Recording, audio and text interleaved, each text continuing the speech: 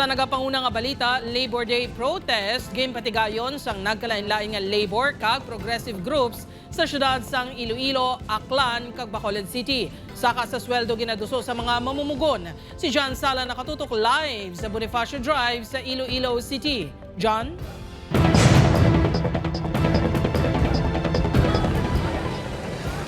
Jerd sa Bungadlaw International Labor Day Celebration. Apang sa baylo nga magselebrar, panawagan nga untatanas ang gobyerno ang pagpabungol-bungol sa matutod nga ginagyan nga problema sa mga mamumugon. Ang panawagan sa mga nagpartisipar sa Labor Day protest diri sa Iloilo City. Adlaw sa mga mamumugon.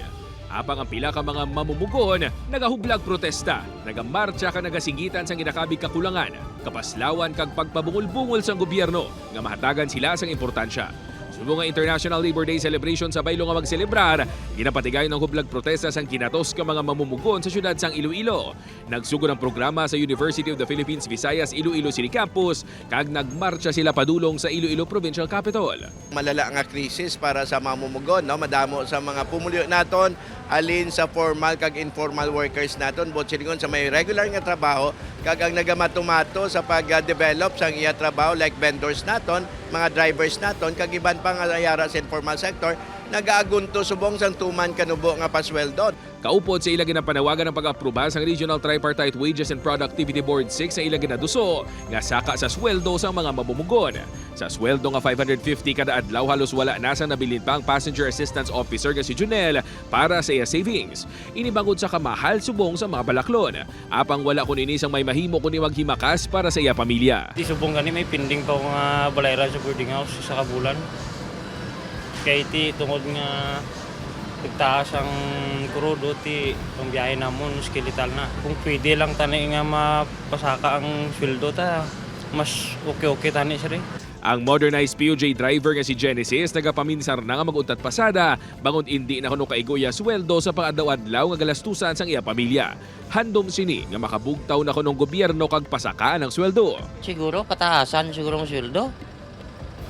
Sa mga pareho namon nga nagalubra. Ang budget mo nga nagligad makabulig-bulig kun magtaas sa aton nga sweldo eh. Samtang nagpatigayon man sang Labor Day protest ang bagong alyansang Makabayan Aklan sa Kalibo Aklan subong adlaw. Ginapanawagan man sang grupo ang saka sa sweldo kag maghimo sang tikang ang gobyerno para mapanubong presyo sa mga balaklon. Sa Bacolod City, nagpatigayon man sa hublag protesta ang pila ka mga grupo sa mga mamumugon kag progresibo ang grupo upod ang Transport Group. Hanin sa Capitol Lagoon, nagmarcha ang mga grupo padulong sa Bacolod City Public Plaza. Pagpataas man sang sweldo sang minimum wage earners ang ila panawagan sa gobyerno.